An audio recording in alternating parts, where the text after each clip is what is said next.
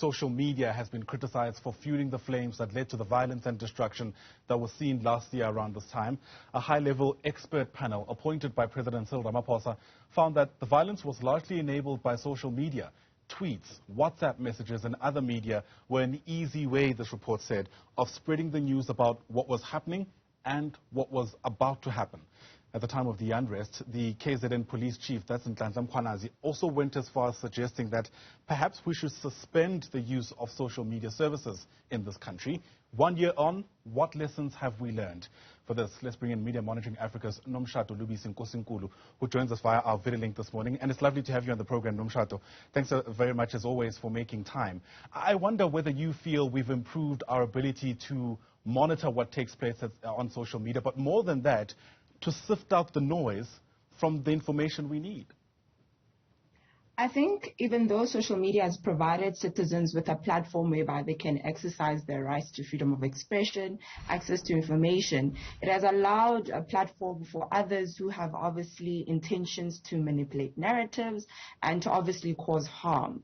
And I think for the past few years, we've been seeing how disinformation and online incitement presents such a significant threat to human rights and democratic principles, and also a large and huge threat to ensure that any time that such arises, we really need an immediate response to it, and obviously to create awareness and obviously educate the public as well that there is such a thing as disinformation, there is such a thing as online incitement, and what can you do about it when you see it? Yeah, you know, in even reflecting on these 1 year anniversary, or perhaps anniversary is not the right term, but in reflecting on 1 year since the unrest, several people have pointed out how there have been individuals on social media who have actively called for violence and destruction of property in certain instances, and it feels like police haven't been able to act on that. Have you been able to find some kind of coordination between the posts that go up online and what law enforcement can do with that?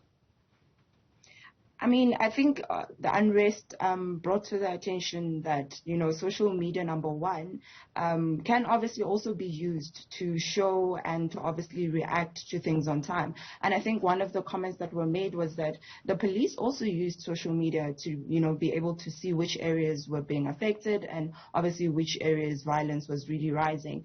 And I think this has also showed that during that time, there were harmful content obviously created and spread in terms of, you know, mass mobilization, and which appeared to obviously contributed to the anger and facilitated the incitement to violence that we saw and the disorder as well.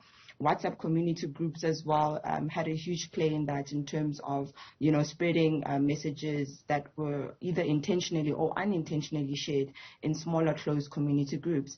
And in doing so, to hear a comment that, you know, suspending and shutting down would be a solution, for me, then we're going backwards. And we've seen in other countries how that has not at all helped the situation, and we are directly impacting people's rights and obviously, you know, the practice of democracy as a whole.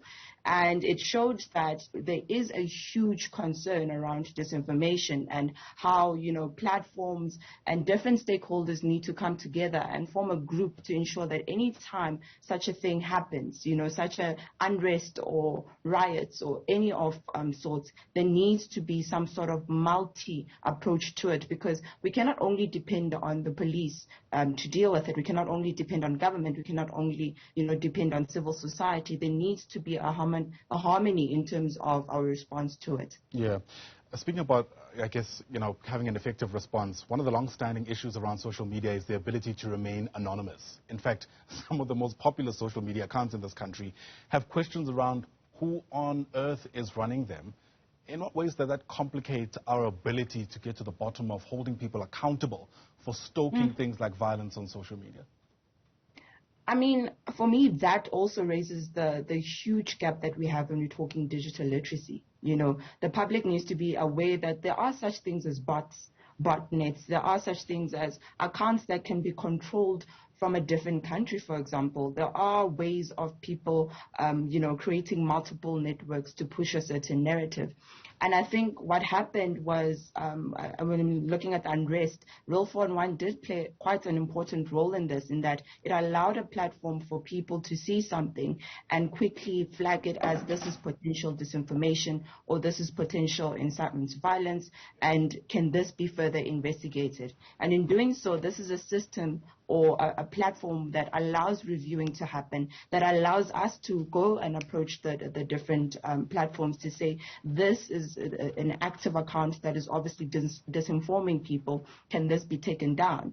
So I think in terms of initiatives and innovative ways to combat such has been created in South Africa, and I think it's even an African first to have such a platform. So truly during the unrest, we did have quite a number of complaints that came through, the videos that we saw of prison riots, that were falsely claimed to be obviously South Africa, and various WhatsApp messages that were going around, and we were able to try and obviously stop that chain to carry on.